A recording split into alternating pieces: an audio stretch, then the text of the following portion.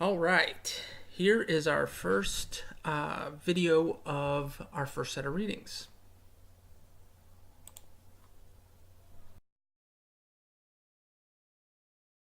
First reading was What's New About New Media. Obviously, we're talking about social media and the new tools that are available to marketers and others for use, and some of the key differences with between these tools and the tools that we're used to before include things like participatory culture, where we get people that are able to connect and communicate. We look at more intimate connections. I'll get into more, describe that a little bit more in a minute. There's a level of trust, genuineness, and timeliness that exists within these social media tools that really does not exist with any other media that's available to marketers. And then we've got that idea of co-creation, where a brand can create content, but also the consumers can create content related to the brand or about the brand. And then we've got the idea of what is known as pro-assumption, or what's called pro-assumption in the first article here, which is something that we'll cover in the next slide. The idea of the multi-channel network is a concept where an entity or an organization partners with content creators or directly produces a variety of distinctive content. So we talk about a few different multi-channel networks in the particular article here. We've got the Nerd Fighters, which is where John Green, the author, his books came out of that multi-channel network. We've got others like Monocle and other examples that are discussed throughout the article. Key idea here being that the multi-channel network is offers a little bit more power and a little bit more of a cohesive ability to go to market for multiple creators and providers of content. So it's almost like an agency in some respects.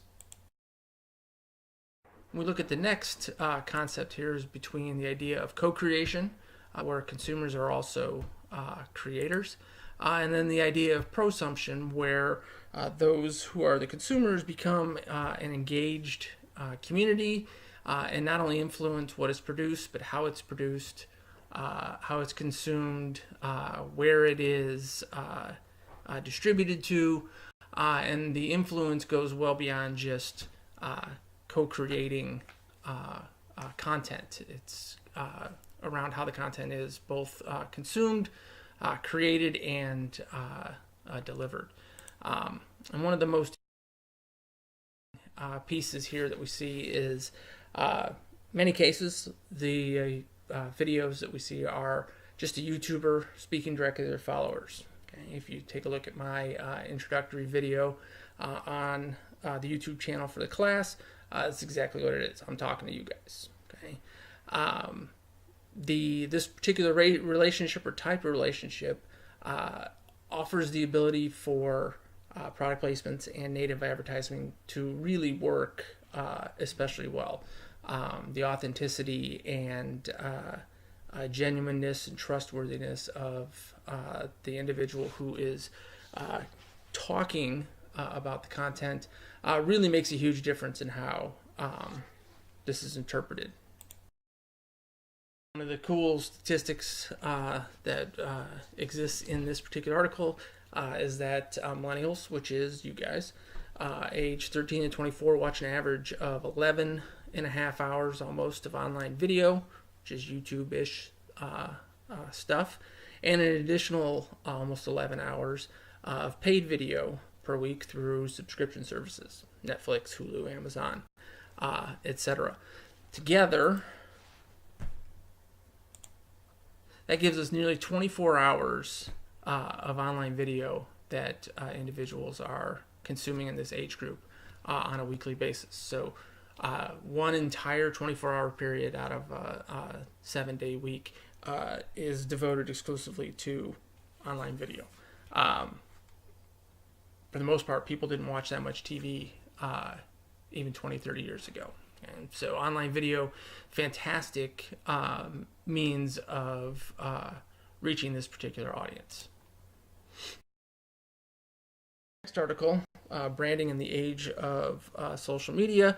What Doug Holt is talking about here is the idea that social media and these new media trends have significantly altered the way that culture works and develops, particularly in this country, but this is also has impact globally as well. The ability to connect and bind together communities that were once just geographically isolated or separated is unparalleled. This is a set of tools that are able to accomplish this far beyond what any other tools in previous eras were able to accomplish. And the crowd culture, which is the culture or the group of users who engage in this content, has proven to be both more creative and more successful at creating content than the brands who are trying to use this type of content. Okay, so brands have tried, but they've had far less success than the young and influential members of the tribe themselves. Okay, so if we look at some PewDiePie, the fellow from Scandinavia, who, despite all of the issues that he had in the fourth quarter of 2017, still ended the year with 58 million subscribers. Okay, and we can look down at the other four that I have listed there. Smosh, Vanos Gaming, Dude Perfect, all with over 20 million subscribers to their YouTube channel. On the flip side, looking at brands that have YouTube channels of their own, Red Bull leads the branded content channels with 7 million subscribers, which is really what 10-11% of what PewDiePie has in his particular subscription himself. GoPro, 5 million subscribers, Lego, 4.5, and Coca-Cola, 2. So brands have invested a significant amount of money in developing these channels and developing their social media networks. Clearly, they're not capable of generating the same type of audience participation that the individuals, the members of the tribe, are able to generate themselves. Had some success in this space. 3 brands in particular that Doug talks about in the article are Dove, Axe, and Old Spice. And what makes these interesting is not necessarily that they have gigantic subscription numbers or audience sizes, which their audiences are reasonably well subscribed.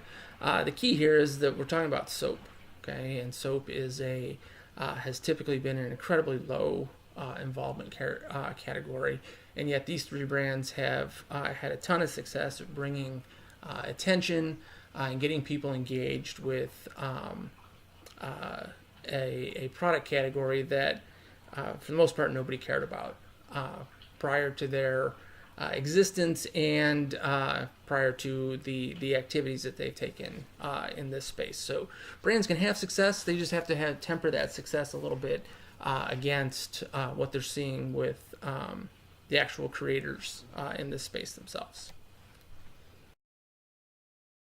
Okay, what I want you guys to do, make sure you got your blogs created and you start posting to your blogs. I'll be checking those out here in week 2.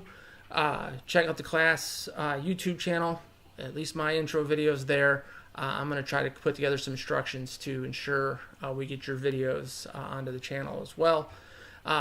Set up your profiles, connect with me and with your fellow classmates on LinkedIn, Facebook, Instagram, and Twitter, and then find your buddy. Okay, so make sure you've got once we've gone through all the intro videos, you identify somebody that you would like to pair up with and work on what I'm calling group projects. There's two of them, but they're pair projects.